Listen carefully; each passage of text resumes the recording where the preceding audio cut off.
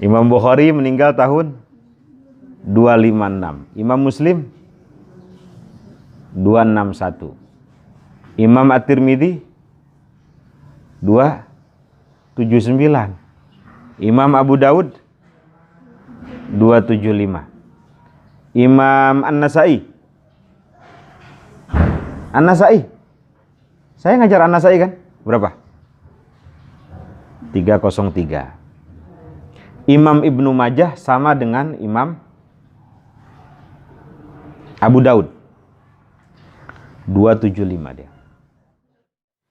Kalau dikatakan wa kullu ma lam yattasil bihali isnaduhu munqati'ul awsali, maka mu'dhal juga masuk, mu'allaq juga masuk, mursal juga masuk. Ini kata para ulama masih umum, definisinya belum jami, belum mani.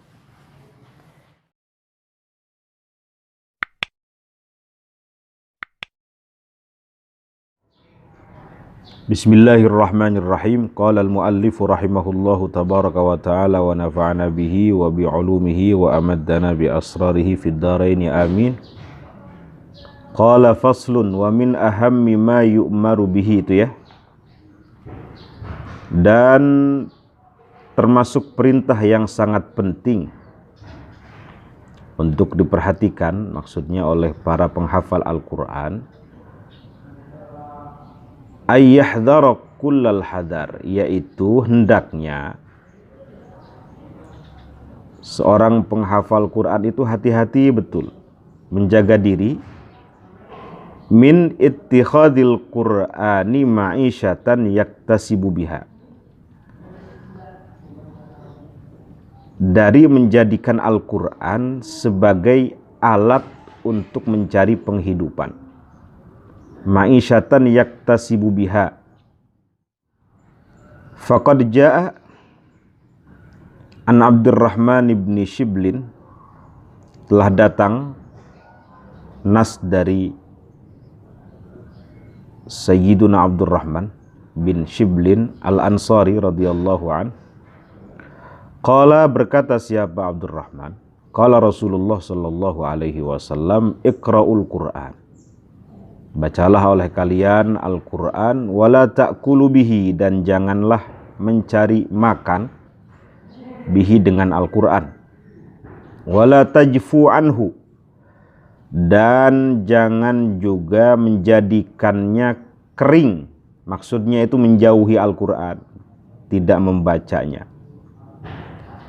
Jafa itu kan kering ya, maksudnya tidak menyentuh sama sekali, membacanya, menjadikannya sebagai zikir harian. Wala taghlu fihi, dan juga jangan kalian melampaui batas. Taghlu itu kan dari kata ghol. Gholin itu berarti mahal. Mahal kan? Berarti jangan menjadikan Al-Quran mahal, menjadikannya mahal. Artinya melampaui batas.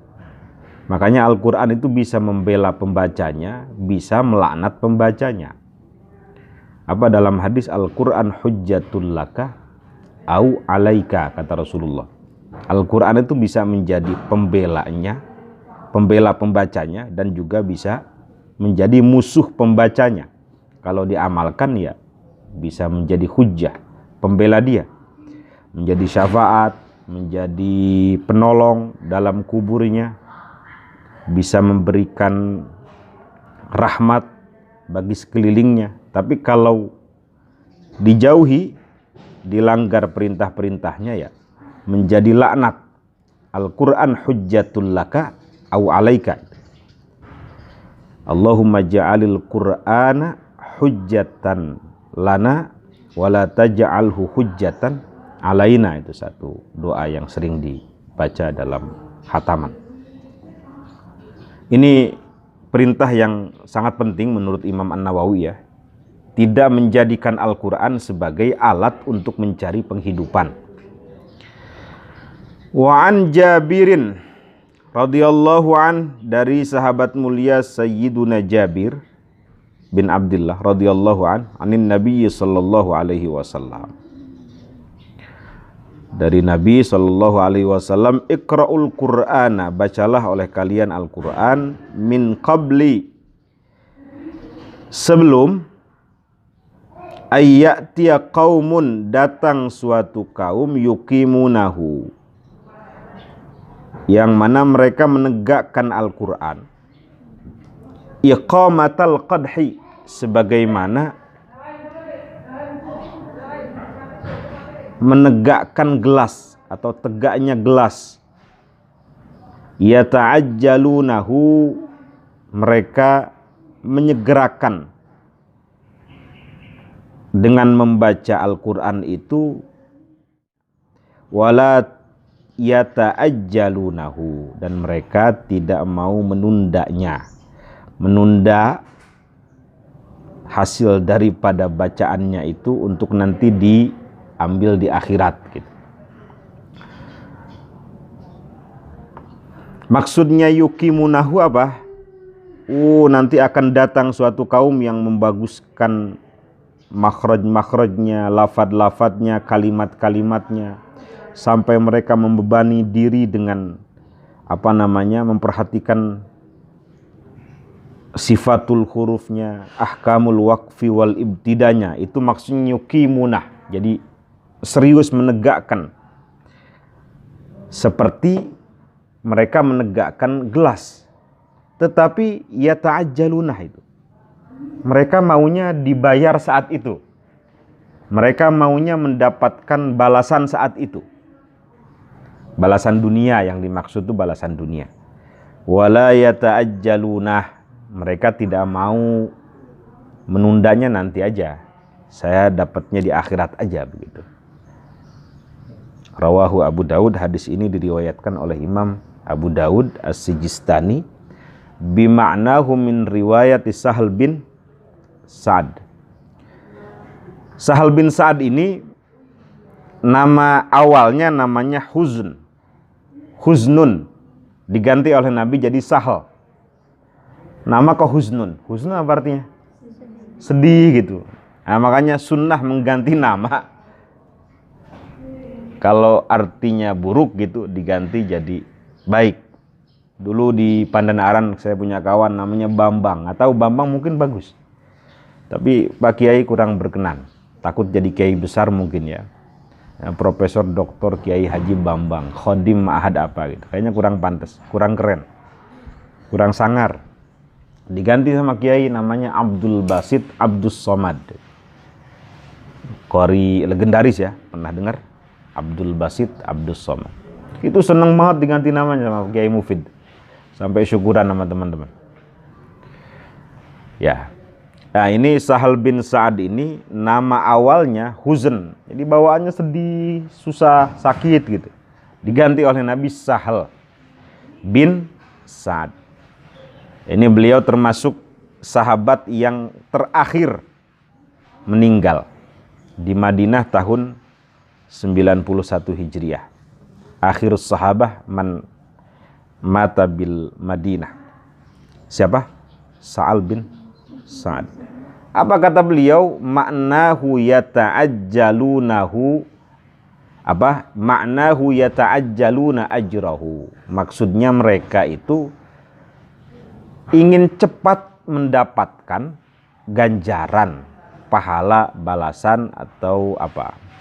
Kiroahnya imma bimalin, baik itu dengan harta, au bisum'atin, wa imma bisum'atin, atau ingin mendapatkan pujian, penghargaan dari manusia, kedudukan, sanjungan, au nahwihima, atau selain dari keduanya. Itu maksudnya ya ta'ajjalun. Ada bahasa di sini apa? Sum'ah ya. Sum'ah itu apa sih? Dari kata-kata sami'ah ya. Apa sum'ah itu? Jadi gemarnya itu ingin menunjukkan amal perbuatan yang telah dilakukan kepada orang lain. Harapannya satu, ingin dapat pujian, sanjungan, kedudukan tadi itu, penghargaan dari manusia. Sebenarnya begini ya, ikhlas itu tidak ada hubungannya dengan apakah ditampakkan atau disembunyikan. Ikhlas itu ya lillahi ta'ala, mau ditampakkan, mau disembunyikan, lillahi ta'ala sudah, karena Allah. Mana yang lain? Tidur. Sebenarnya ada alif lam mim yang laki-laki itu. Cuma malam-malam saya nggak bisa.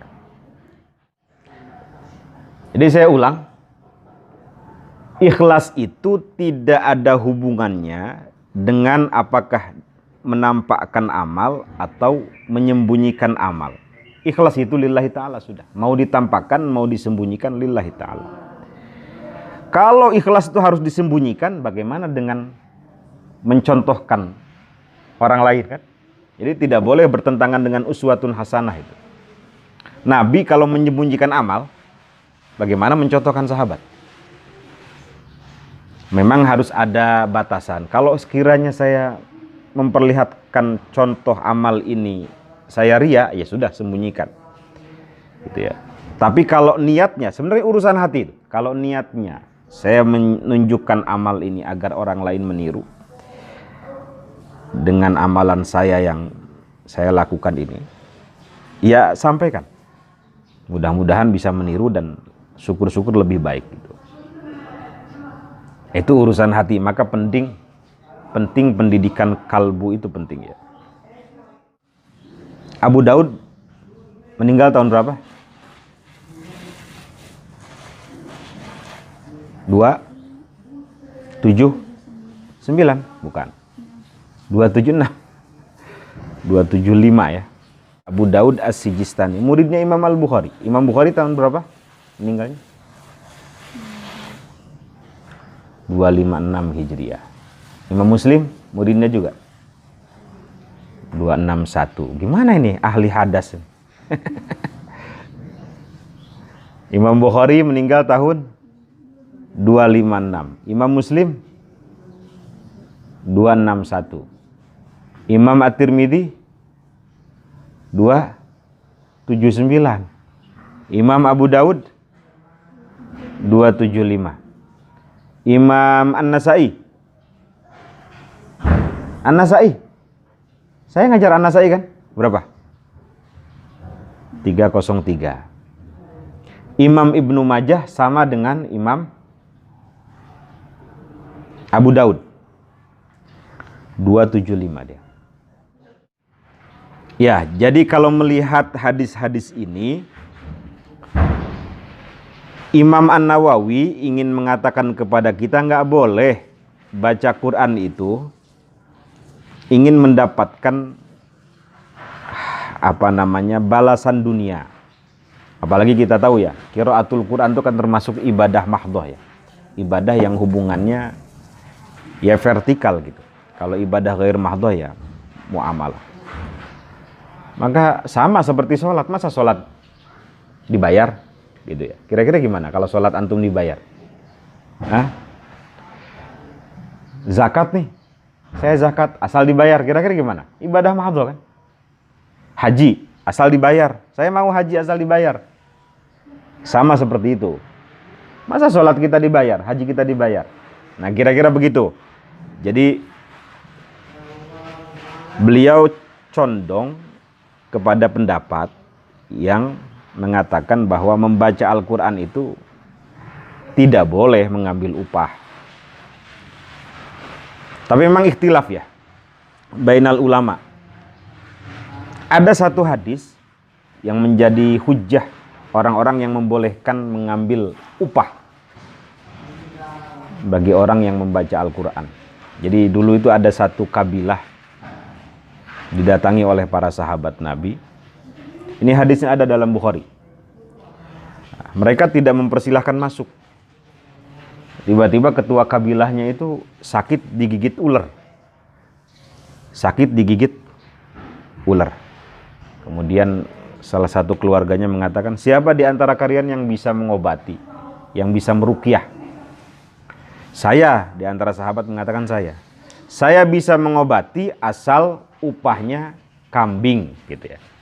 Asal upahnya kambing. Iya, nanti kita kasih kambing asal sembuh. Akhirnya para sahabat mengobatinya dengan membaca surat Al-Fatihah itu. Sembuh. Diberikanlah kambing. Apa kata salah satu sahabat? Kami tidak bisa menerima kambing ini sebelum menyampaikannya kepada Rasulullah. Artinya menyampaikan bahwa kami meminta upah atas pengobatan yang di dalamnya ada bacaan Quran. Apa kata Nabi? Khuduha atau khuduhu waldribu li bisahmin. Ambil saja. Nanti kasih saya ya bagiannya gitu. Nabi malah minta. Khuduha waldribu li bisahmin. Nah, kemudian ada sebagian ulama mengatakan dengan hadis ini diperbolehkan mengambil upah dari bacaan Al-Quran. Malah hadisnya ada di Bukhari kan. Majuan ya, majuan. Biar terlalu jauh.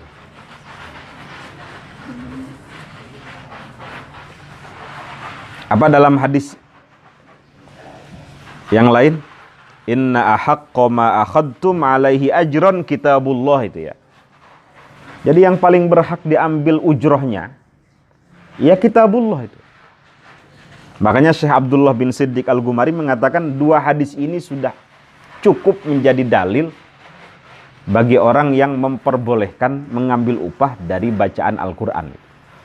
Sementara hadis ini yang tadi kita baca, itu kata Syekh Abdullah bin Siddiq Al-Gumari, itu hadisnya tidak diriwayatkan Bukhari Muslim. Riwayat siapa di sini? Riwayat Imam Ahmad ya. Ya kan? Riwayat Imam Ahmad, riwayat Imam Abul Qasim At-Tabarani dan seterusnya itu. Kata Syekh Abdullah bin Siddiq Al-Gumari lebih kuat yang tadi itu. Hadis pengobatan dengan Al-Fatihah tadi. Dan hadis yang inna akhadtum apa? Inna haqqu ma akhadtum alaihi ajran kitabullah itu. Tentang masalah ini ya kita hormati saja. Yang penting ikhlas. Yang penting ikhlas. Ikhlas itu apa tadi? Tidak ada urusannya dengan ditampakkan atau disembunyikan. Ikhlas itu lillahi ta'ala. Ya sudah ngobatin karena Allah Ta'ala. Dikasih nggak dikasih ya sudah, nggak apa-apa. Taib. Dari siapa? Fudail bin Amr radhiyallahu an, wafat tahun 110 Hijriah. Apa kata beliau? Dakhala rajulan. Suatu ketika masuk dua orang min ashabi Rasulillah sallallahu alaihi wasallam masjidan. Dari sahabat Rasulullah sallallahu alaihi wasallam ke dalam sebuah masjid. Falamma sallamal imamu, maka ketika imam dalam masjid tersebut telah selesai sholat, maksudnya salam, qama rajulun, lalu seseorang berdiri, fatala ayati minal Quran. Kemudian orang tersebut membaca ayat-ayat Al-Quran. Tsumma sa'al, setelah itu minta-minta. Faqala ahaduhuma, lalu salah satu dari dua orang tadi itu mengatakan inna lillahi wa inna ilaihi rajiun. Langsung beristirja itu ya. Tanda prihatin. Inna lillahi wa inna ilaihi rajiun. Prihatin dengan apa yang dilakukan oleh orang tersebut. Baca Quran lalu minta-minta itu.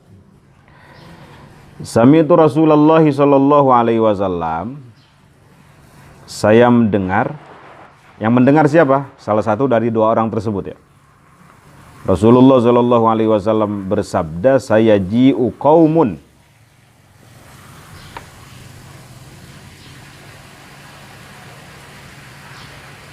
Akan datang suatu kaum yas'aluna bil Quran, di mana mereka meminta-minta dengan Al-Quran. Faman sa'ala, maka barang siapa yang meminta bil Qur'ani dengan Al-Quran, fala tu'tuhu, maka janganlah kalian memberinya. Wa hadzal isnadu munqati'un, tetapi sanad dalam hadis ini kata Imam An-Nawawi itu munqati. Fa innal Fudail ibn Amr lam yasma as-sahabah. Karena Fudail bin Amr tidak mendengar langsung dari sahabat. Apa munqati itu? Wa kullu ma lam yattasil bihali isnaduhu munqati'ul awsali. Kalau dikatakan wa kullu ma lam yattasil bihali isnaduhu munqati'ul awsali, maka mu'dhal juga masuk, mu'allaq juga masuk, mursal juga masuk. Ini kata para ulama masih umum, definisinya belum jami, belum mani. Wa kullu ma lam yattasil bihal, setiap hadis yang tidak tersambung sanadnya, isnaduhu munqati'ul awsali. Berarti umum kan? Mu'allaq ya munqati, mursal ya munqati. Apalagi? Mu'dhal ya munqati. Makanya ada satu ulama yang mendefinisikan sebenarnya hadis munqati itu yang tepat, hadis yang salah satu perawinya itu terputus tapi dia sebelum sahabat. Sebelum sahabat. Kalau sahabatnya yang terputus berarti hadis apa namanya? Mursal kan? Ma'adhafahu tabi'i ilan nabi.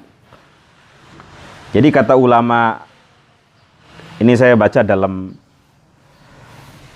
Manhajun Naqd karya Nuruddin Iter, yang mendefinisikan ini Nuruddin Iter. Definisi munqati yang beliau pilih adalah hadis yang terputusnya itu sebelum sahabat, baik di satu tempat maupun beberapa tempat, dengan catatan kata beliau, yang terputusnya itu hanya satu di setiap tempat itu, tidak lebih dari satu orang, dan tidak di awal sanad. Kalau di awal sanad apa hadisnya? Mu'allaq. Kalau di awal sanad mu'allaq. Kenapa harus satu? Kalau dua dia mu'dhal tuh. Nah, makanya syaratnya tidak di awal sanad, tidak terputusnya lebih dari satu orang. Kemudian apa tadi lagi? Di bawah sahabat, agar tidak termasuk hadis mursal itu. Ini untuk membedakan dengan hadis yang sama-sama terputus sanadnya gitu. Karena hadis dhaif ada berapa? Ada dua kan? Dhaif sebab gugurnya sanad, dhaif sebab cacatnya perawi kan? Saktun fil isnad, ta'nun fil rawi. Saktun fil isnad ada berapa? Ada dua, saktun dhahir dengan saktun khafi. Saktun dhahir ada 4. Mu'allaq, mu'dhal, mursal, munqati. Saktun khafi 2. Mudallas dengan mursal khafi. Ta'nun fil rawi. Ranking pertama maudhu. Di bawahnya lagi adanya matruk, di bawah lagi adanya mungkar, terus apalagi? Majhul dan seterusnya. Nah, munqati ini tidak parah sebenarnya kalau riwayatnya banyak. Ternyata ada hadis yang memperkuat hadis ini. Munqati itu bisa naik menjadi hasan li ghairihi. Karena dhaifnya tidak parah. Yang dhaif parah itu meskipun banyak dia tidak naik. 1. Maudhu, 2. Matruk, 3. Mungkar. Maudhu nggak bisa naik walaupun banyak. Matruk nggak bisa naik walaupun banyak. Mungkar nggak bisa. Apa bedanya maudhu dengan matruk? Kalau maudhu sengaja berbohong kepada Nabi, sengaja. Jadi niat betul bohong itu. Adapun matruk, hobinya berbohong. Matruk, makanya hadisnya ditinggalin tuh. Kalau ditanya mal farqu bainal maudhu wal matruk, kalau maudhu memang sengaja dia berbohong atas nama Nabi. Itu yang oleh Nabi dikatakan man kadzaba alayya muta'ammidan falyatabawwa maq'adahu minan nar. Adapun matruk, hobinya bohong. Zuhri Tamam mau kemana? Saya mau ke warung padahal mau ke mall misalnya. Setiap ditanya itu bohong terus. Zuhri Tama mau kemana? Mau ke istri saya yang di sana padahal istri keduanya yang di sini misalnya. Marwah mau kemana? Saya mau ke kampus padahal mau ketemu anak tetangga misalnya. Misalnya. Jadi setiap ditanya bohong. Nah, orang yang begitu matruk, hadisnya ditinggalkan tuh. Hadisnya ditinggalkan, nggak boleh diterima. Jadi matruk nggak bisa naik. Yang ketiga yang nggak bisa naik itu apa? Mungkar. Mungkar sebabnya berapa? 3 ya.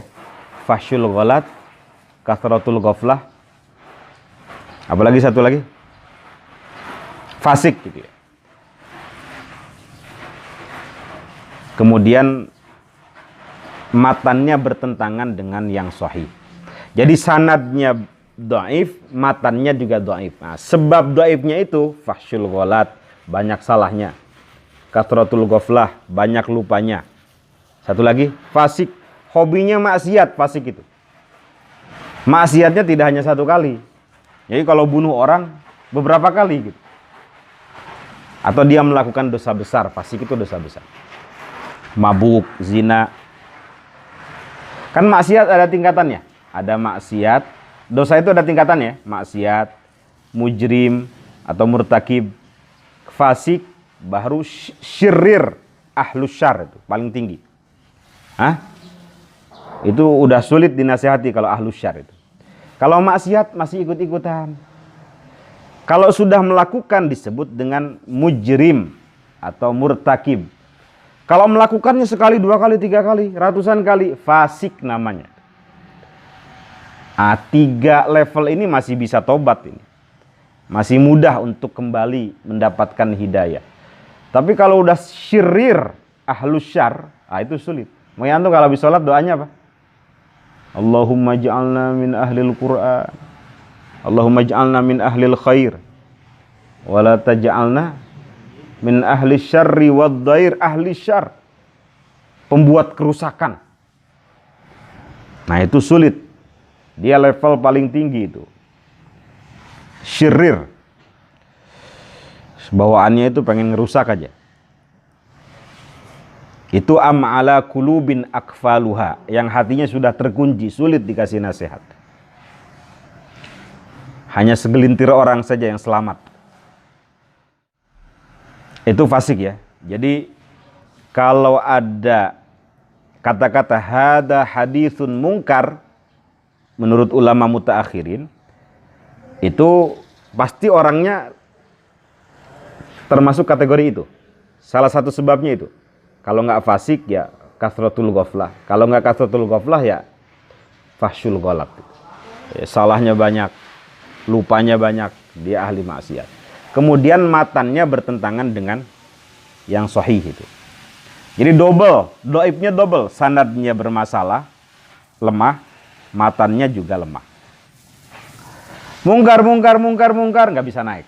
Tapi kalau munqati naik dia. Apalagi ada satu hadis, ini saya tulis. Hadisnya sahih, ada yang mengatakan sebagian hasan. Itu redaksinya begini, is'alullaha bil Qur'an. Mintalah kepada Allah dengan Al-Quran. Makanya ada hadis Nabi itu kalau menemukan ayat rahmat, minta kan. Ada ayat adab, berlindung, ya ta'awad. Ya mintanya sama Allah. Kemarin saya sampaikan. Kiai Mufti itu sangat anti dengan minta-minta. Sangat anti dengan proposal itu. Kalau ada murid saya yang minta-minta ketika bangun pesantren, bukan murid saya. Ya mintanya kepada Allah bi'aunillah wa bi syafaati Rasulillah. Makanya di alumni Pandanaran ya, itu sangat terkenal moto beliau, tangan kanan saya senjatanya Al-Quran, tangan kiri saya senjatanya sholawat. Jadi thariqah beliau itu mulazamah qiraatil Quran was sholawat ala khairil bariyah. Yang kita pelajari nih, baca Quran habis ini dalail gitu ya. Itu senjata beliau. Dan sekarang sudah berapa cabangnya? Nah, ada 15 cabang Pandanaran. Nggak pernah minta-minta. Berkah sekali beliau. Jadi rendah sekali kalau minta-minta itu. Ahli Quranku minta-minta itu gimana?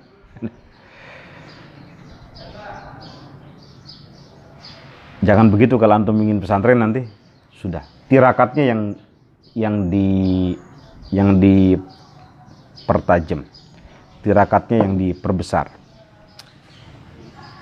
Sekarang sudah 15.000 mungkin santrinya itu. Saya tanya kemarin ketemu Gus Nahdi itu. Gus, sudah ada berapa Gus?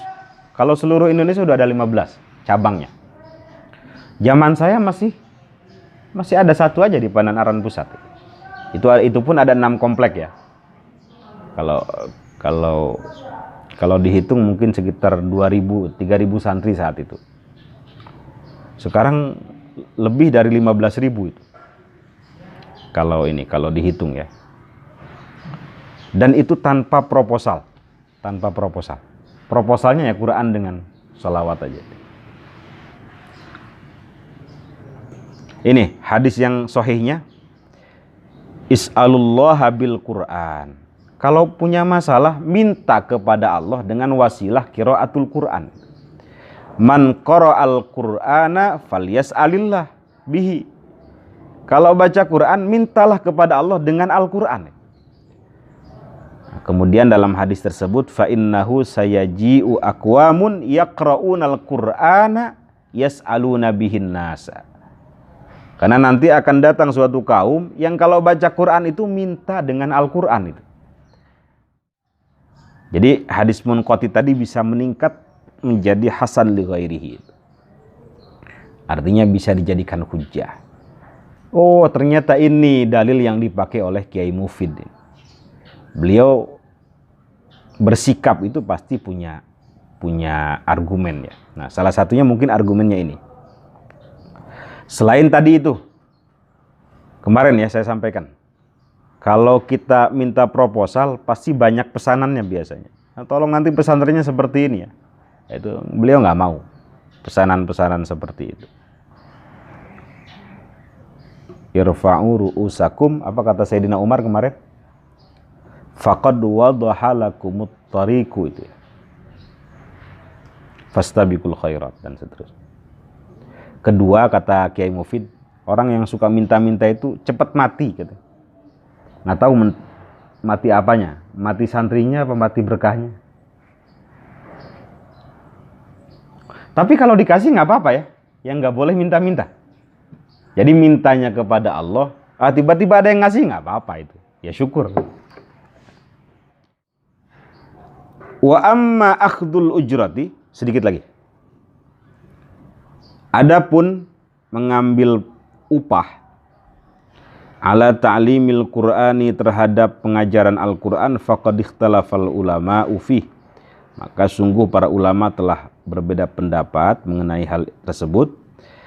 Fahakal Imamu Abu Sulaiman Al-Khattabi man'a akhdil ujrati alaihi, telah menceritakan siapa Al-Imam Abu Sulaiman Al-Khattabi terkait pelarangan mengambil ujroh, upah atas ta'limul Quran tersebut. An jama'atin minal ulama'i, dari sekelompok ulama, minhum di antara mereka Az-Zuhri, Imam Ibnu Syihab Az-Zuhri, wa Abu Hanifah, dan juga Imam Abu Hanifah. Siapa nama Imam Abu Hanifah? An-Nu'man bin Thabit. Wafat tahun berapa? 150 Hijriah. Imam Abu Hanifah. Imam Malik wafat tahun 179 Hijriah. Muridnya Imam Syafi'i wafat tahun 204 Hijriah. Muridnya lagi Imam Ahmad bin Hambal wafat tahun 241 Hijriah. Ini Imam Abu Sulaiman Al-Khattabi mengisahkan bahwa ada beberapa ulama yang melarang atau mengharamkan lah kira-kira. Man'a di sini mengharamkan. Mengambil ujroh, upah dari jasa mengajarkan Al-Quran. Di antaranya Imam Ibnu Syihab Az-Zuhri, kemudian Imam Abu Hanifah. Saya ini ngajarin Quran, saya ngambil upah, nggak boleh menurut Imam Az-Zuhri, haram. Wa'an jama'atin, dan juga ada dari sekelompok ulama annahu yajuz, bahwa ta'limul Quran itu, mengambil ujroh dengan ta'limul Quran itu boleh, illam yashtarithu, jika upah tersebut tidak disyaratkan lebih dahulu. Nggak boleh menurut sekelompok ulama, sebagian ulama. Ya juz, tapi tidak boleh disyaratkan. Wahwa qaulul Hasan al-Basri atau al-Bisri. Ini pendapat Imam Al-Hasan al-Basri, wa Sya'bi, Imam Asy-Sya'bi, wa Ibnu Sirin. Dan juga pendapat Ibnu Sirin. Boleh asal tidak disyaratkan lebih dahulu. Wa dhahaba Atha wa Malik wa Syafi'i wa akharun ila jawaziha. Ini pendapat Imam Atha, Imam Malik, Imam Asy-Syafi'i dan yang lainnya cenderung membolehkan mengambil upah dari ta'limul Quran. Ada Imam Syafi'i ya. Wah, antum senang banget ya. Insyaratahu, jika memang hal tersebut telah disyaratkan. Wastajarahu ijaratan sahihah, dan meminta upahnya itu dengan upah yang benar, yang pantas gitu. Boleh kata ulama-ulama ini. Disyaratkan dengan syarat yang siapa ya? Oh, Mumtaz. Disyaratkan dengan syarat yang benar. Ini mungkin kalau kita mau ngelamar kerjaan ya. Nah, itu dari awal sudah jelas syarat upahnya berapa. SKS-nya berapa. Seminggu berapa kali pertemuan. Itu menurut ulama ini boleh. Oh, saya seminggu bisanya 2 kali. Oke. Kontraknya berapa? Menurut Imam Atha, Imam Malik, Imam Asy-Syafi'i boleh, asalkan upahnya realistis, jangan bisnis gitu. Kalau bisnis kan lain lagi, yang realistis. Wala taglu fihi, bahasa tadi itu hadisnya, jangan menjadikannya mahal. Nah, antum mau milih yang mana silahkan. Nah, milih nanti dibalas di akhirat atau dua-duanya. Milih dua-duanya ya. Jangan di dunia dikasih, di akhirat nggak dikasih, kan rugi. Tekor antum. Nah, maka yang ikhlas. Ikhlas itu ya lillahi ta'ala sudah. Dikasih ya syukur, nggak dikasih ya ndak apa-apa sudah. Jangan mengharap pembalasan yang segera, ya ta'ajjalun. Jangan. Nah, kira-kira antum bisa pahami sendiri dari pendapat ulama ini yang serk dengan antum yang mana. Wa qad jaa'a bil jawazil ahaditsis shahihah, dan sungguh banyak hadis-hadis yang membolehkan, hadis-hadis sahih ya, yang membolehkan tentang bolehnya mengambil upah dari jasa pengajaran Al-Quran. Dan adapun yang berhujjah dari orang, adapun hujjah ya, argumen dari orang yang melarang mengambil upah dari ta'limul Quran, bihadithi Ubadah bin As-Samit annahu 'allama rajulan min ahli suffah. Ini dalilnya nih, yang melarang. Bahwasanya dia mengajarkan seseorang dari kelompok As-Suffah, santrinya Nabi yang beliau simpan di emperan Masjid Madinah, itu disebut dengan Ahlus Suffah atau Ashabus Suffah. datang dari Mekah sebagai muhajirin ke Madinah, mau ditempatkan di rumah-rumah sahabat Ansor, udah penuh. Mereka nggak bawa apa-apa selain dirinya sendiri, selain badannya. Oleh Nabi disimpan di apa? As-Suffah, emperan Masjid Madinah. Orang-orangnya disebut Ahlus Suffah atau Ashabus Suffah. Itu fluktuatif, kadang 70 orang sampai 400 orang. Alumninya siapa? Abu Hurairah, Abu Darda, Khabbab, itu alumninya. Jadi ulama semua. Ubadah bin As-Samit pernah mengajarkan satu santri dari santrinya As-Suffah, santrinya Rasulullah, yang tiap hari sholat dengan beliau, Al-Quran, ngajarin Quran. Fa'ahdalahu kausan. Setelah ngajarin, Ubadah bin As-Samit itu diberikan kaus. Apa kaus? Panah, anak panah. Dikasih hadiah anak panah. Faqala lahun nabiyyu sallallahu alaihi wasallam. Lalu Nabi mengatakan kepadanya, in sarroka, jika kamu senang, antutawwaqo ya, biha tauqan min narin faqbalha.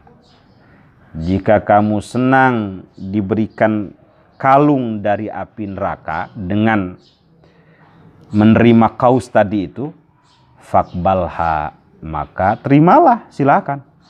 Nyindir Nabi, artinya nggak boleh.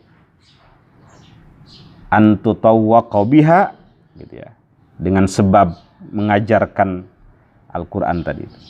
Tauqan min nar, kalung. Tauq itu kalung dari api neraka. Faqbalha, maka terima hadiah tersebut.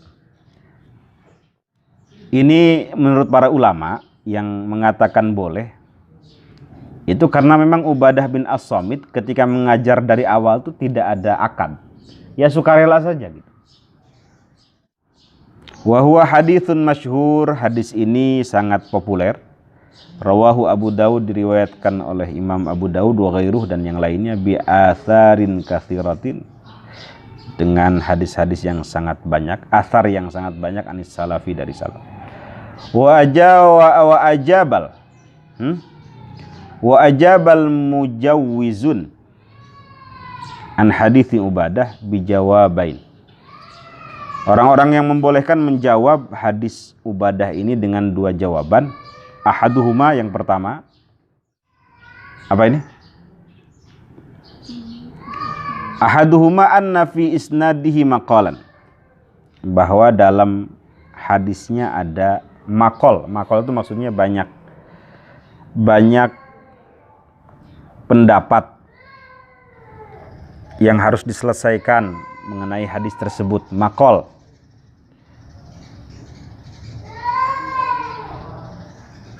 Kenapa Mumtaz? Jatuh ya?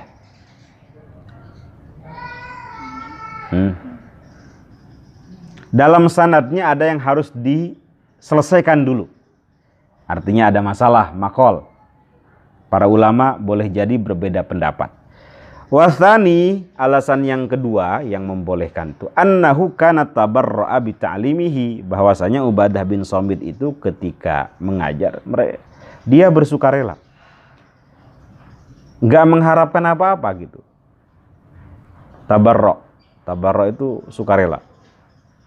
Falam yastahiqqa syai'an, maka kalau sukarela ya jangan mengharapkan sesuatu. Jangan mengambil hak. Maka dia tidak boleh mendapatkan hak gitu ya. Dari hasil pengajarannya itu, tsumma ahda ilaihi, lalu ia ahda ilaihi,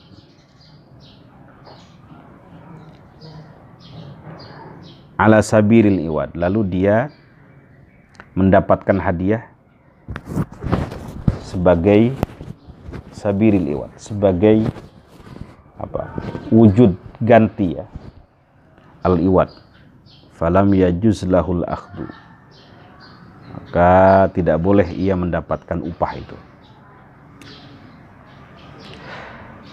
Bi khilafi man yaqidu ma'ah, berbeda halnya dengan orang yang sebelum mengajar yaqid, ada akad yang jelas, ma'ahu ijaratan, terhadap sejumlah upah ya, qabla ta'lim. Wallahu alam. Jadi kalau sebelum mengajar itu ada akad yang jelas, diperbolehkan. Tetapi kalau sukarela, dia tidak mengharapkan balasan, kemudian ingin mendapatkan balasan, falam yajuz lahul akhdu. Itu yang dimaksud oleh orang yang membolehkan mengambil upah dari hadis Ubadah tadi itu. Intinya terkait mengambil upah dari pengajaran Quran atau pembacaan Quran itu ikhtilaf bainal ulama. Ulama berbeda pendapat, kontroversi. Kalau tidak salah Pak Kiai untuk membaca Quran ya, itu cenderung tidak membolehkan Pak Kiai. Kalau ta'limul Quran cenderung membolehkan kalau Pak Kiai ya. Kenapa membaca Quran beliau cenderung tidak membolehkan? Karena ibadah mahdhah dia, sama seperti sholat. Masa sholat dibayar? Saya mau sholat asal dibayar. Ibadah mahdhah kan? Meskipun demikian ada ulama yang membolehkan. Adapun ta'limul Quran, jumhur ulama membolehkan.